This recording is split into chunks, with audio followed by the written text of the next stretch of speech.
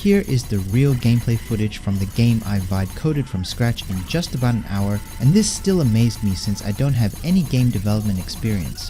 The game runs at 144 frames per second on web browser without using game engine like Unity. And most importantly, all of this are free tools that anyone can use. So in this episode, I'll show you the exact prompt and which tools I used and how the game progressed step by step. Check it out in this video.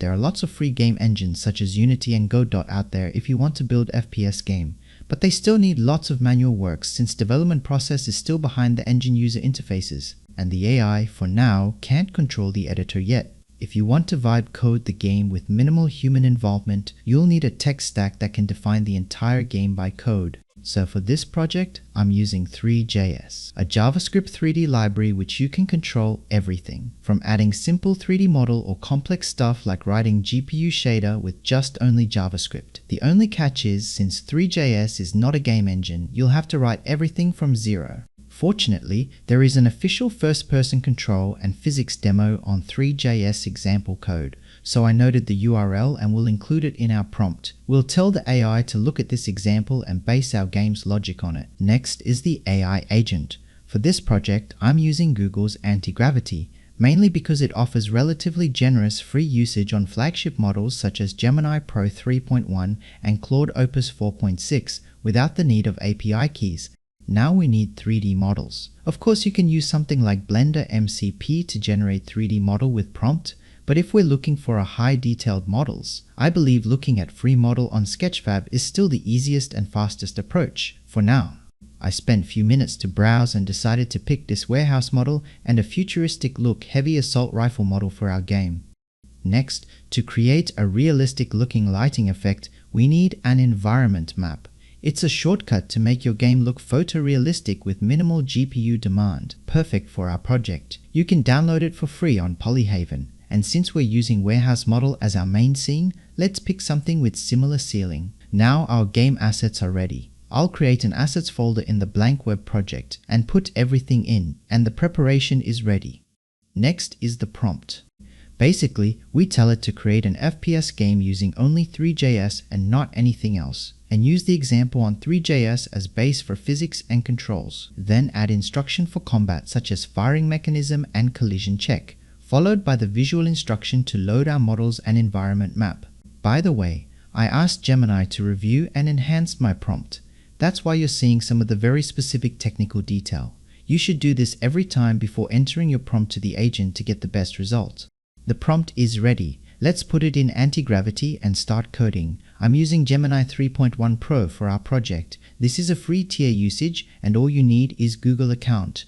After a few moments, it drafts an implementation plan and proceed with the coding. And few minutes later, it launches browser and starts testing on its own. For a project like this, I prefer to stop the agent and start testing by myself for multiple reasons. First, it's faster. Second, game devs need lots of intuitive feedback which human can still do this better. Third, it saves lots of token, so you don't run out of free tier quota.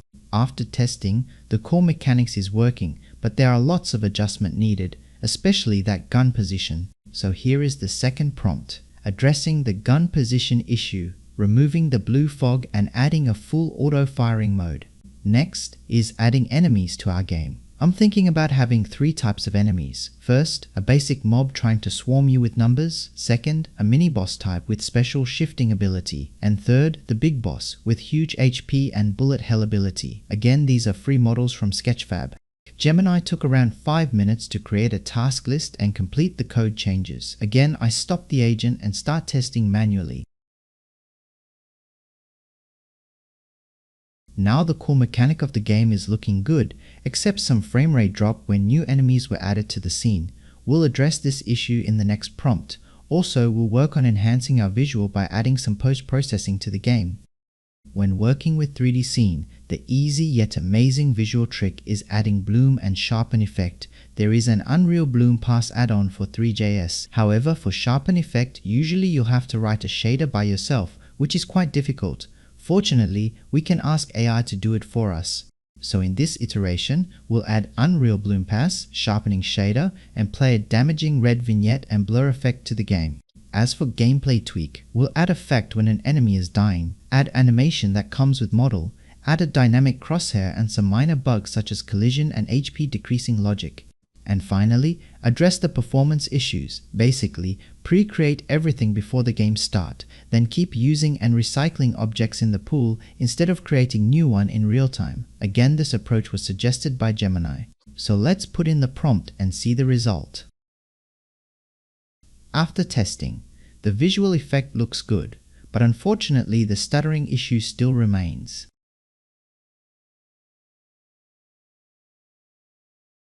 So for the next prompt, we'll ask it to review the performance issue again, then add a clear screen after player defeated the boss, and also add several gameplay tweaks such as bullet impact effect, adding gun sway and UI updates. In this iteration, we'll also add sounds to the game. For sound effect, I'll grab it from freesound.org. For background music, I use Gemini to generate it from prompt. However, it was capped at only 30 seconds, so I have to manually loop the audio in Audacity. And here is the prompt to add sounds. And finally, some minor gameplay tweak to the mini-boss ability. So, as usual, I put in the prompt, wait for Gemini to finish and start testing.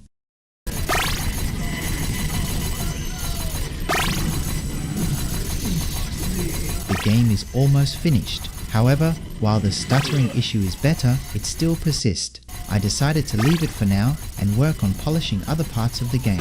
For this iteration, I add a slight delay when the bullet hits the enemy before removing it, or else it would look like nothing came out of the gun if the enemy is very close. Then implementing a loading screen, game over screen, and several UI bug fixes. Then I put in the prompt and test it.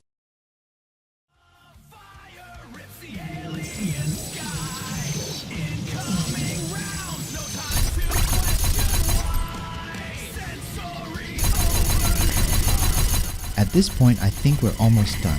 Except for the stuttering issue, since Gemini Pro couldn't fix it, it's time to bring out the big gun. I decided to switch the model to Opus 4.6 and ask it to review the issue. Also added some sounds effect on enemy death.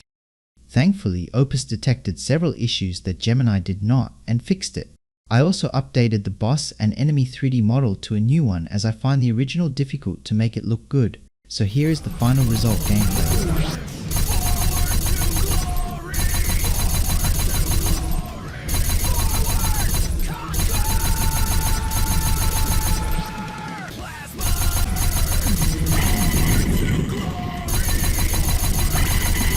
I've uploaded the code of this project on GitHub, including the demo you can play.